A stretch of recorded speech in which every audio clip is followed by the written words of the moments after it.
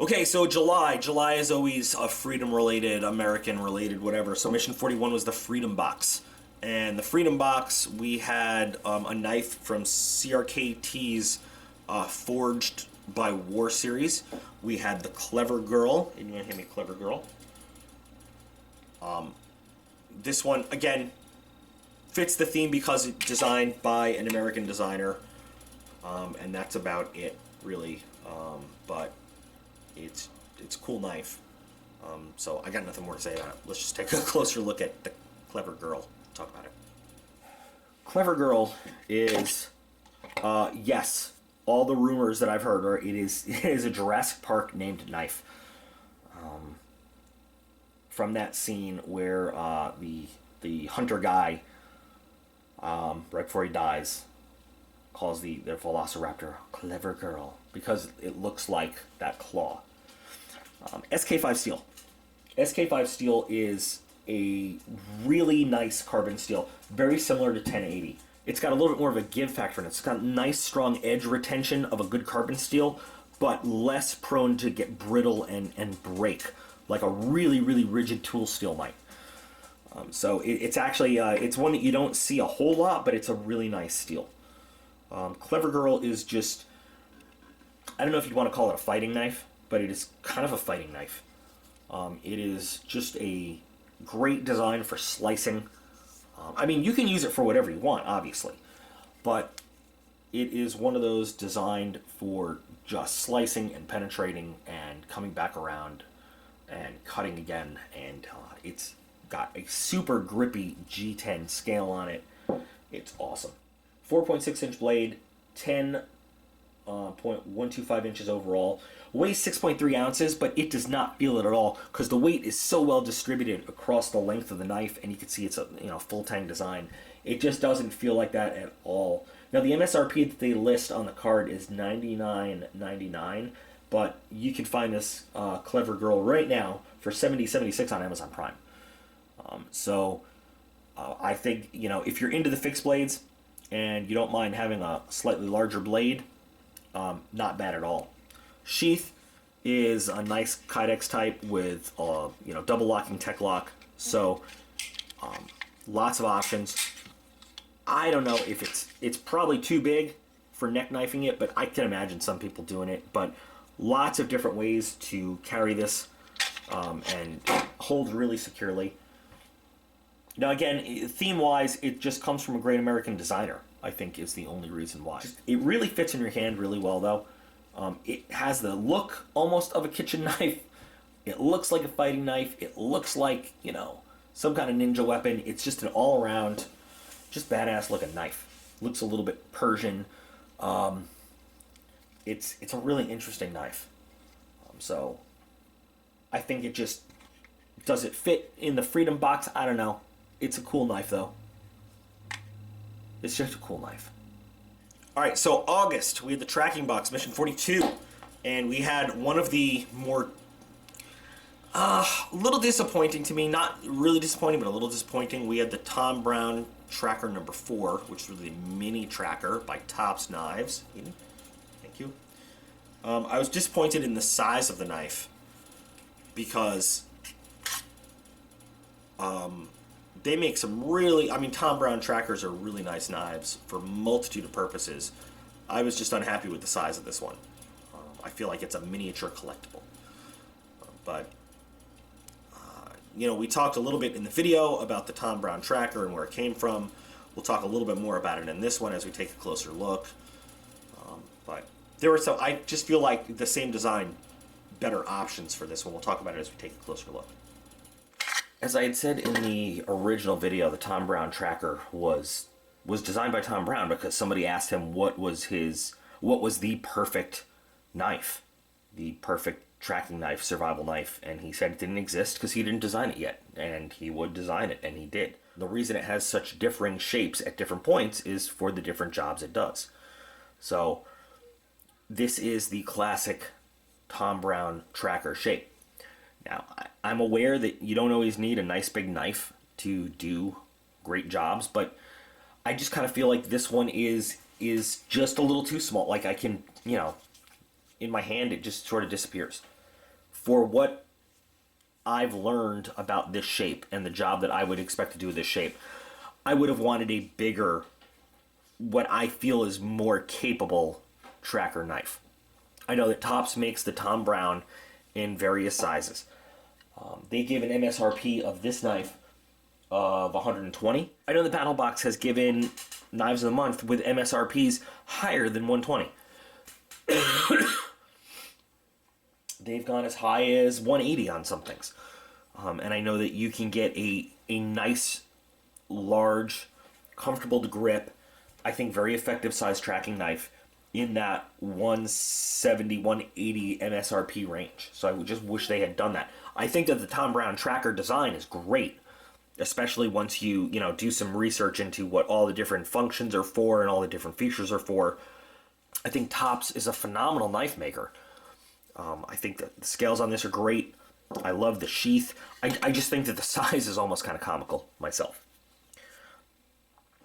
Now, to carry this as something just small to have as a neck knife, it has, it's a nice little clip on it, whatever, that's fine. But again, knife of the month. I want something that's going to blow me away. I want something that's going to be like, bam, knife of the month, not this little thing right here. There are lots of Tom Brown trackers in a nice, big, comfortable to hold, rugged business size that I just think that they lost an opportunity there. But this one right here, the number 4, you've got a 3.5 inch 1095 carbon steel blade. So nice coating there to keep it protected. 6.625 inches overall, 3.2 ounces, so nice and light. It has an MSRP of $120. Topps knives are not cheap. I was able to find it for $110 on Amazon Prime for this little size. $110. Now you can find similar to this, not with the Topps name on it, for a lot less. But if you want the Topps brand with their quality, because they do make a quality knife, $110. Sheath is very rugged. Sheath is going to hold this very secure. It's not going anywhere. And of course you can change this clip around to suit how you want it. So in September we had EDC 3.0. I'm always a fan of the EDC boxes. I like them. This time they had a 1-2 punch of a nice knife and something that's not a knife at all.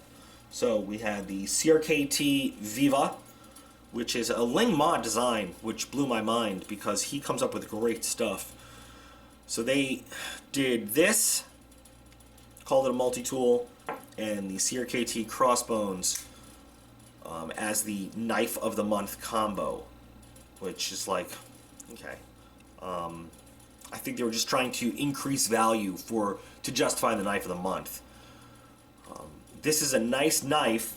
I hardly even count this as part of it.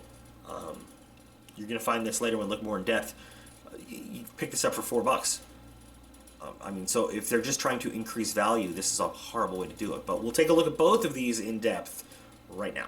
For your EDC, so let's start with the Viva. So you've got this kind of interesting, it's not really a clip, but you can clip it onto your pocket to hold it there. You've got a little bit of a pry bar, a bottle opener, some wrenches. I have not carried this a single day, and I'm just fine with that. It's a 3CR13 stainless steel. It is what it is. I mean, yeah. They give an MSRP for this thing of, well, they don't. They say the MSRP of the combined, both of them together, is $79.99. They don't break it down. So I found this one for $4.99. To put this in, I guess you can call it a multi-tool. I don't really think it's a multi-tool, but there it is. Okay, 3.59 inches, weighs 1.1 ounce. It's 3CR13 steel, so it's not high quality stuff. It is what it is. I think they just threw it in there to kind of bump up the total MSRP here, to make it a little bit more valuable. We're just gonna set this off to the side. Taking a look at the Crossbones. Crossbones is a pretty nice knife though. I like the small but deep carry clip that comes to it. Nice grippy scale there. 6061 aluminum. Very well finished. Nice flipper. It's pretty light, 2.4 ounces, feels very, very light. 3.54 inch blade, AUS 8A steel, 8.1 inches overall. I was able to price this down to $57 even on Amazon Prime, so not bad. Nice little EDC carry, long, thin blade, full flat grind, great for slicing, stuff like that. Interesting choice. I mean, for an EDC box, I get it.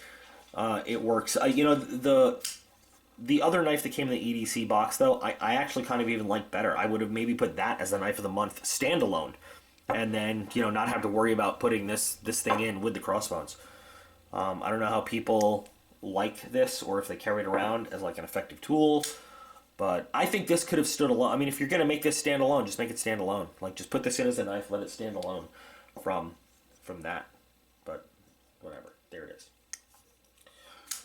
But this is actually a pretty nice piece just on its own without the Viva to kind of muddle things up. In October, we had the Bushcraft Gathering, which makes sense. October, harvest time, pretty cool. Great box as far as I'm concerned, and a really nice knife of the month. They had a Kudman MT5U, which was kind of a new design, or an improvement on an older design then that they had for the MT5. I still have not seen the MT5U spread around very widely since then, but nice knife. Subtle small improvements or changes, I mean, depending on how you look at it, you might not look at it as improvements over an older design, but we will take a closer and more in-depth look at this guy right now. So before we look at the knife, let's take a look at this sheath, because this is a really nicely put together leather sheath. Few different carry options, so you can put your belt through the horizontal option here. You've got kind of a triple horizontal option, actually, for scout carry if you want. You can put it through the vertical option. It's a nice sheath, really well made leather. These straps are removable, so you can do what you want with them. But there you go, and it holds really secure. Taking a look at the knife, though. So as I said in the intro earlier, I haven't had a lot of luck finding a whole lot of the MT5Us. I found a lot of the MT5s still out there. There's not a whole lot of design element changes between the MT5U and the MT5. One of the biggest, though, is the steel. The MT5U uses N695, which is a bowler steel. So don't confuse N695 with N690. N695 is kind of, it's a step up, it's an improvement of 440C.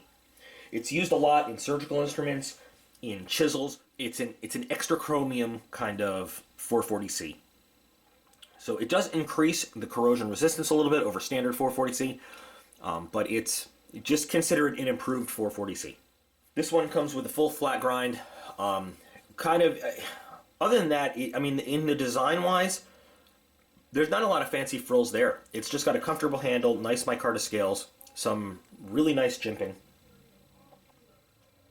4 1/4 inches on the blade, 9 inches overall, 8.7 ounces. So, but again, it's something that it carries a lot lighter than that. It doesn't feel like that at all. Now, they gave an MSRP of $129.99. Again, can't find the MT5U in a lot of places. I've seen these things selling on eBay for as low as $49.99. November, with the Hunting 2.0 box, we saw yet more Knife of the Month shenanigans. We got another yellow paper that said, sorry, you don't get a Knife of the Month this month. So that's like 4 misplaced, late showing up, or otherwise, affected knives. That's 25% if you're keeping track of the knives of the month that had a problem this month. That's not cool. And when we finally did get the Knife of the Month, it was not the one that was supposed to be in the box. It was and it wasn't, and I'll explain it more as we go through. But it was the Buck and Bear Piranha. It was not the Survival Piranha. It was just the Buck and Bear Piranha. And now I'm quibbling over colors and finish right now. But still, advertising's advertising. It's not what was on the card, the knife I got. So we'll take a look at that. Yeah, I'm kind of being very picky right now, but we'll see. But still, a nice knife. Nice knife to go with that hunting box. Now, the problem is, I think with this one, basically, that they didn't get enough of the specific model they wanted. So this is the Piranha. It is one of the models of the Piranha. Now what you're looking at here would be described by the Buck and Bear website as the Tactical Piranha. They also had one that they called the Army Piranha, which was basically bead blasted blade with an OD green G10 scale. The Survival Piranha had a Desert Tan G10 scale and a, I can't remember if it's a satin finish or a bead blast finish blade. Since the whole BattlBox kind of fiasco went by, they changed a little bit. And if you go and you look now, there is only the Piranha tactical knife on Buck and Bear. They're not listed as 3 different things. And there is no Survival Piranha available. The Survival Piranha looks exactly like this on the BattlBox website, which is funny because this is what the Piranha tactical knife looks like on Buck and Bear. Now, again, this is what I said, quibbling over little details. I think that they wanted something specific. There was not enough to provide. And in my original unboxing of this knife, I had the pictures pulled off the Buck and Bear website of what the Survival Piranha looked like. And this is what I ended up getting in the mail. It's the exact same knife. I'm not bitching about it. It's just they had a plan that they thought was cool. They could not meet that plan. And, it's just sort of like they didn't give any explanation. Some people probably knew what they should be expecting. Some didn't. There are some people that probably got really offended that the color scheme didn't match. There are some that probably don't care whatsoever. Anyway, so the Piranha in the hunting box, it does have a nice skinning blade. 3.6 inches D2 steel, full tang. It's 8.5 inches overall, weighs 6 ounces. It's got a really nice, comfortable feel. The handle is really well sculpted. Jimping here is negligible, to say the least, but the lines of the knife are really nice.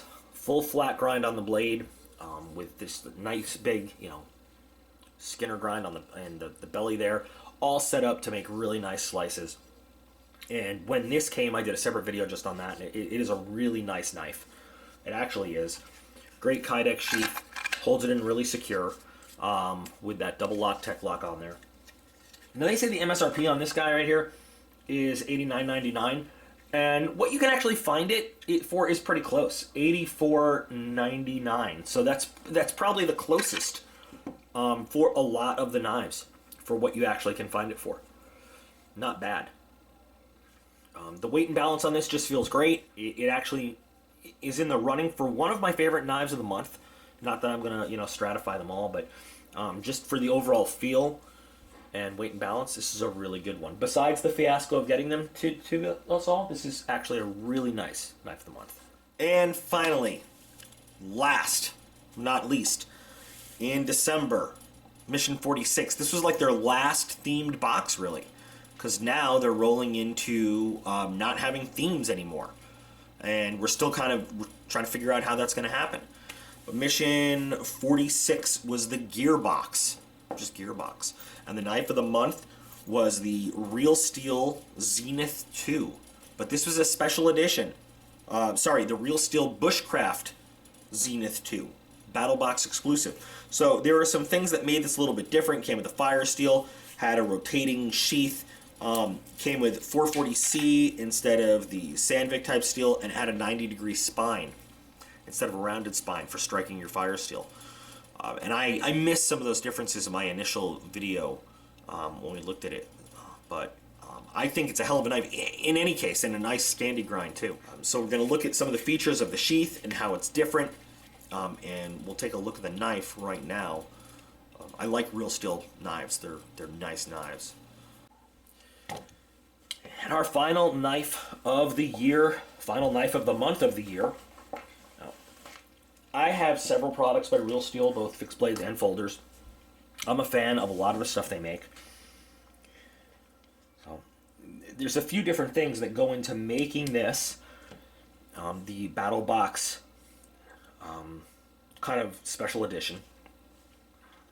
One of the things that goes into it is this rotating clip that you can put on the sheath. And I really glossed over these things in the initial review with the box too. So we'll get to that. But the sheath holds everything securely. The Kydex holds it securely. You've got your thumb strap there to hold it securely as well. We'll get to the knife in a second. Let's do this. So, as it comes already assembled, you've got this kind of offset belt loop. Again, your Kydex holds the knife itself very securely, so you don't really even need that thumb strap if you don't want to. It's a nice to have, it's not a have to have. So if you'd rather put on this rotating lock instead, you can switch, and I just put it on lightly right here, but you can switch to this rotating lock, and it can be worn at just about any angle you want. And you can see it's got a clip that can slip your belt. Now, of course, this is not even a knife. This is just the sheath. This just allows you to wear the sheath. It's got your ferro rod. Did we test the ferro rod on the video? Yes, we did. Ferro rod worked pretty well for us, so you can, check that out in the video. But the knife itself, it's a nice, aggressive Scandi grind. It really fits the real steel aesthetic, but 90-degree spine for striking that rod, 440C steel instead of the Sandvik that they use on so much other stuff. It came out of the box excellently finished, razor sharp, ready to go. There's not a lot of actual grip on the handle itself, but that jimping locks your thumb in really well, and you've got a nice positioning right there. So you can get a really good grip on this, and lots of place to place your hand, whether you're wearing gloves or you're bare-handing it. So this was actually a really nice knife to finish off the year with. Very functional. I was upset that I didn't get a chance to take it out and do anything with yet. Combine that with very lightweight sheath with lots of options, and I think it's a really nice knife of the month. I think it mixes in very well with some of the other really nice ones we've gotten. This particular one has an MSRP of $124.95. I can't really price shop it because it is a BattlBox specific edition. You're not going to find it anywhere else. Now, if you just want to compare it to the regular Bushcraft Zenith, with the Scandi grind, you can find that for $95 as a good price, which is a bit less. But again, you're not going to get all the same features. Your measurements are about the same, though, between the two. So overall length, it's 9 inches.